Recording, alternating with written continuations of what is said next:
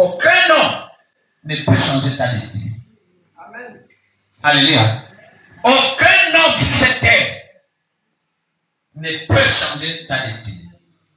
Qu'il soit bishop, archbishop, ou je ne sais pas quoi, ministre, président de la République, ne peut pas changer ta destinée. Si, je ne sais pas si vous voyez, croyant qu'ils vont changer de destinée, mais si rien n'a été écrit sur ta route, quelle que soit la position que tu vas prendre, ça ne changera rien. Il y en a qui sont allés voir les Nganga, qui ont pris les Miswinga, qui ont attaché ici, que quand je viens là-bas, le chef me voit, il me nomme à un autre poste. Ça n'a jamais marché. Parce que le poste est né avec toi d'abord. C'est sur ta lignée. C'est dans ta destinée. Mais ce qui n'est pas dans ta destinée ne peut pas venir parce que tu es allé attraper les amulettes à gauche à droite. Alléluia. Amen. Confiance en lui. Parce qu'il est le seul qui change les temps et les circonstances. Amen. Il est le seul qui provoque les rencontres. Et chaque rencontre est contaminante. Où elle te lève, où elle t'abaisse. Tu peux rencontrer quelqu'un, alors que ta vie était en haut, après tu vois comment tu es en train de chuter, parce que tu as fait une mauvaise rencontre. Tu peux rencontrer quelqu'un, alors que tu étais moins que rien, tu étais toujours derrière la cuisine, tu vois que tu es devant, parce que tu as fait une bonne rencontre. Parce que c'est le Dieu des rencontres. Amen.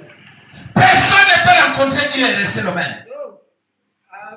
Lorsque Moïse a rencontré Dieu, il a changé.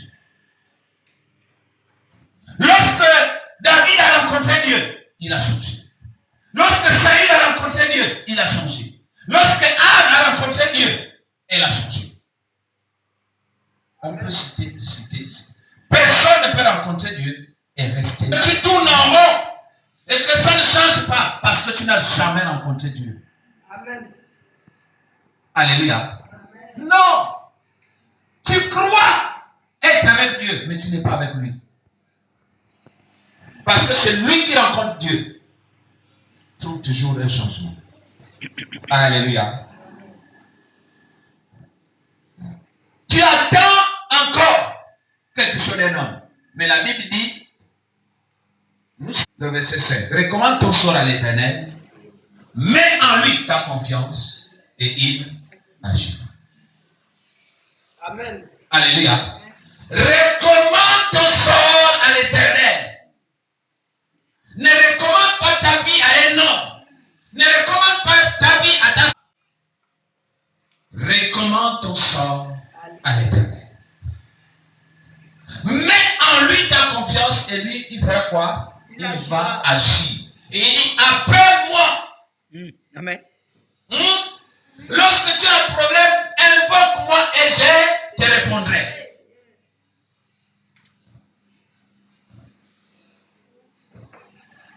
Mais, malheureusement, beaucoup attendent qu'un homme les recommande. Il va aller quelque part, il attend qu'un homme les recommande. Donc, j'ai besoin de ta recommandation. Alléluia. Oui, il attend qu'un homme le soutienne. Il attend qu'un homme lui donne les finances pour démarrer une affaire. Il attend qu'on fasse ci, qu'on fasse ça. Il fait le bruit. N'est-ce pas? Parce que l'Esprit de Dieu ne l'a pas saisi. Mais quand l'Esprit de Dieu te saisit, te touche, l'amour naît, la confiance naît, et puis tu as envie de t'ouvrir. Alléluia. Mais ils peuvent la trahir. Alors que Jésus a prié pendant 24 heures, la Bible nous apprend que Jésus a prié pendant 24 heures pour choisir ses 12 disciples. Ce qui suppose qu'il a prié pour chaque disciple pendant 2 heures.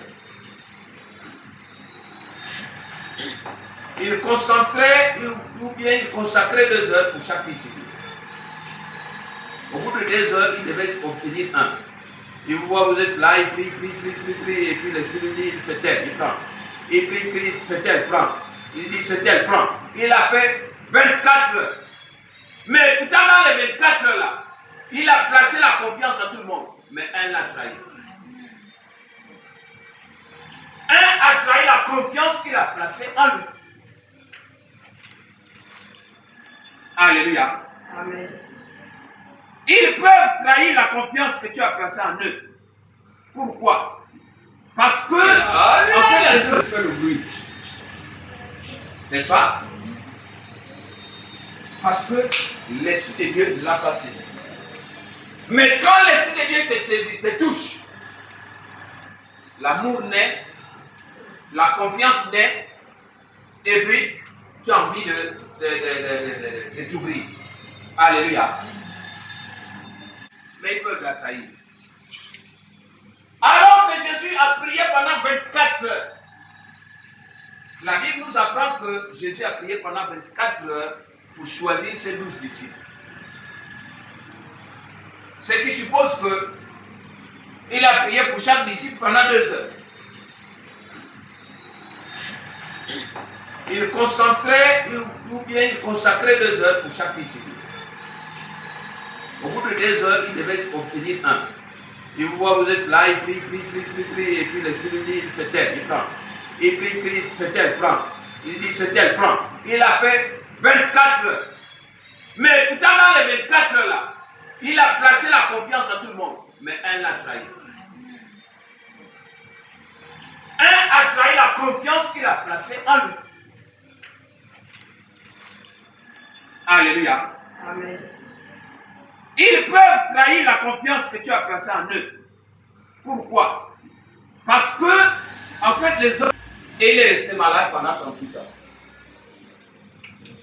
Oui, il s'est attaché aux hommes. Ne t'attache pas aux hommes. Parce que les hommes ne peuvent pas t'amener forcément là où tu veux. Alléluia. Amen. Et parfois, en chemin, ils vont se rendre compte que non. On l'a amené ici. On a vu même entre de toutes les promesses, de toutes les personnes sur lesquelles tu comptais. Fais un peu le bilan. Tu dis, je comptais sur tel. Secourir, ni son oreille trop dure pour ne pas entendre. Lorsque Dieu fait une promesse, il va jusqu'au bout de sa promesse. Mais lorsque l'homme fait une promesse, il peut ne pas la tenir. Alléluia. Il peut ou ne pas la tenir. Combien t'avais toujours assuré qu'ils seront toujours là? Non, faisons ci, faisons ça. Je serai toujours là. Combien? Est-ce qu'ils sont la détresse? Parce que le secours de l'homme n'est que vanité. C'est-à-dire le psalmiste, lui, il comptait seulement sur Dieu. Il dit, Dieu, pendant que nous sommes dans la détresse, donne-nous le secours. Viens à notre secours. À qui irions-nous? C'est toi qui as les paroles de la Bible. Alléluia. Amen. Viens à notre secours. Parce que si on s'adresse aux hommes, le secours des hommes n'est que vanité. Alléluia. Amen. Dans ma famille. Dis. Et l'autre m'a dit, depuis là, je te vois là, je te regarde depuis 1 an, 2 ans, que tu es dans ces fonctions-là. À compter sur les hommes. Il dit, mais mon ami, c'est comment? Il dit, je n'ai personne. Au lieu de dire, mais je suis là depuis longtemps parce que le Seigneur m'a oublié. Non, il dit, je n'ai personne. Ce ne sont pas les mots qui manquaient. Ce ne sont pas les réponses qui manquaient. Mais la réponse qui est sortie, c'était ce qui était dans son cœur.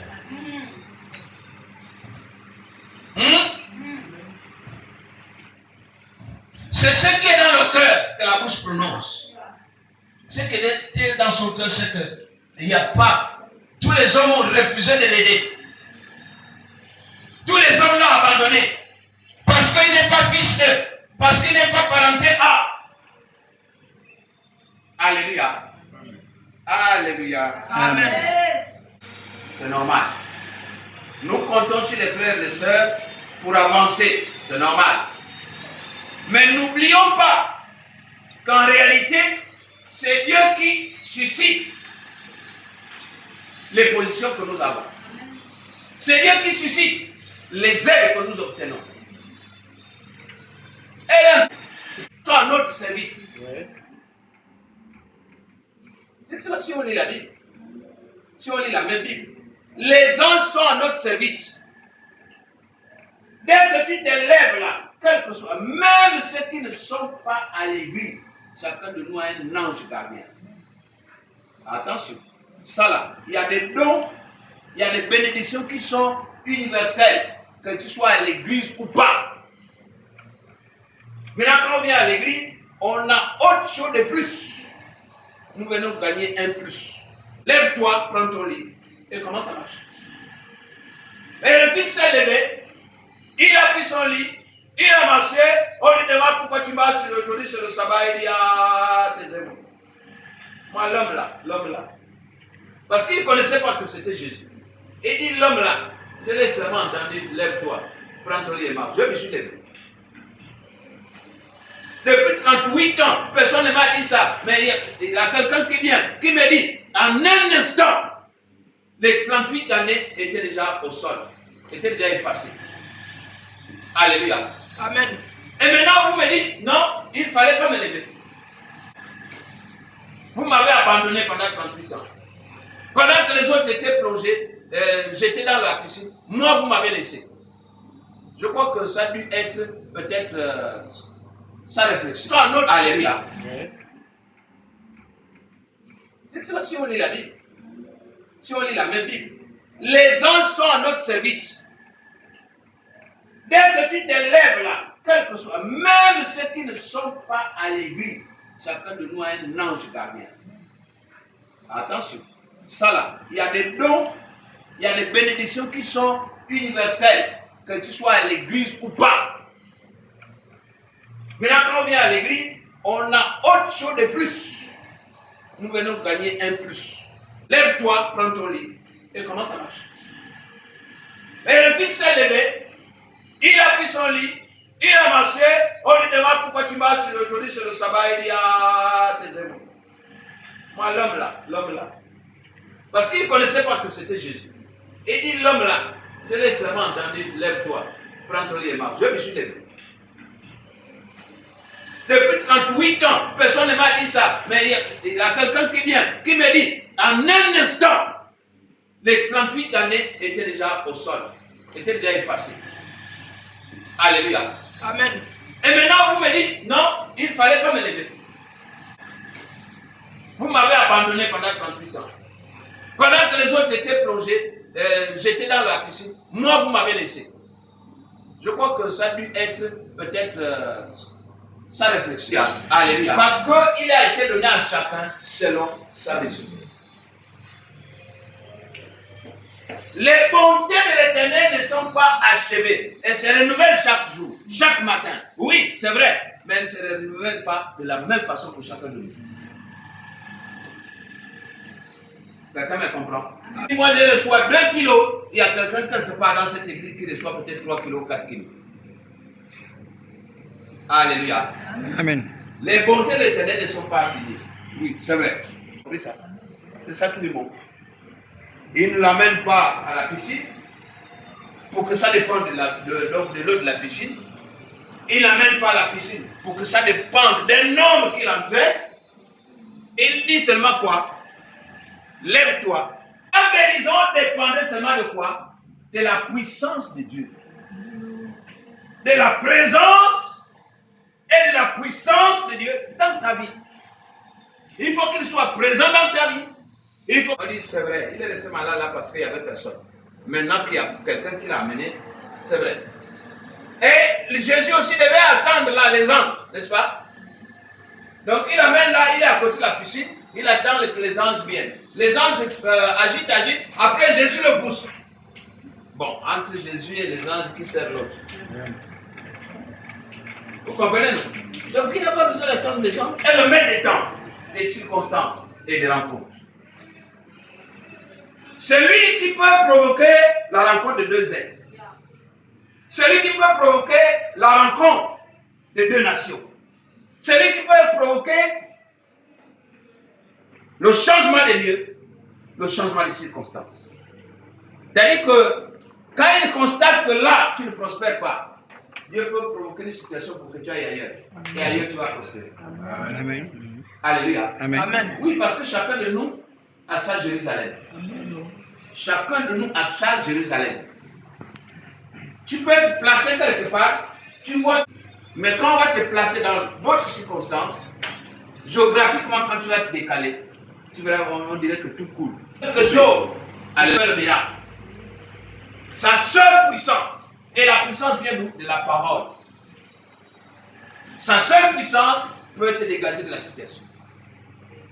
Dieu n'a pas besoin d'utiliser des amulettes, d'utiliser un peu les trous qu'on creuse, on vient mettre, enterrer le crâne de quelqu'un. Dieu n'a pas besoin de ça. Oh, tu es malade, oh. Quand la maladie, vous savez, on a la foi, mais on a la foi pendant que nous sommes là. Vous avez la foi dans cette vie. Vrai ou faux? Là, on commence à chercher où se trouve la foi. Mais la foi doit être dans l'épreuve. La foi doit se manifester dans l'épreuve. Tu n'as pas besoin de compter sur les hommes. Alléluia. Lorsqu'on compte sur les hommes, on perd parfois. Et on perd souvent. Parce que l'homme ne peut que t'amener là où lui-même il peut, là où il est arrivé. Mais là où il n'est pas arrivé, il ne peut pas t'amener. Amen. On dit à Moïse, tu amènes. Tu amènes les gens là à Canaan. Moïse était dans Canaan. Moïse est né en Égypte. Il est né en Égypte. Il est sorti de l'Égypte parce qu'après 40 ans, il a tué l'Égypte.